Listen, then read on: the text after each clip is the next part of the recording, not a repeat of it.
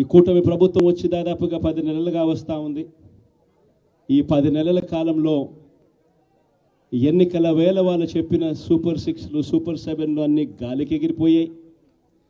వ్యవస్థలన్నీ కూడా చదువులు కానీ, వైద్యం కానీ, గవర్నెన్స్ కానీ, వ్యవసాయం కానీ ఏది చూసుకున్నా కూడా వ్యవస్థలన్నీ కూడా నిర్వీర్యమైపోయిన పరిస్థితులు కనిపిస్తూ ఉన్నాయి.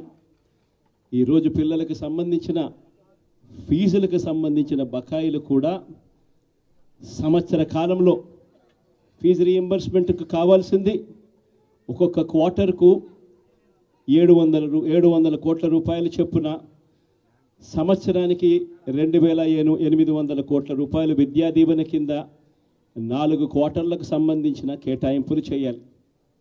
అంటే 2800 కోట్లు.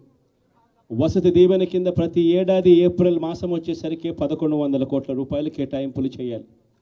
అంటే గత ఏడాది ఈ 1100 కోట్లు 2800 కోట్లు ఈ రెండింటికి సంబంధించి 3900 కోట్ల రూపాయలకు కేటాయింపులు చేసి ఖర్చు చేసి పిల్లల చదువులను ప్రోత్సహించాల్సిన పరిస్థితిలో ఈ ప్రభుత్వం చేసింది ఏమిటి అనంటే కేవలం 700 కోట్ల రూపాయలు మాత్రమే ఇచ్చి చేతులు దులుపుకున్న పరిస్థితులు.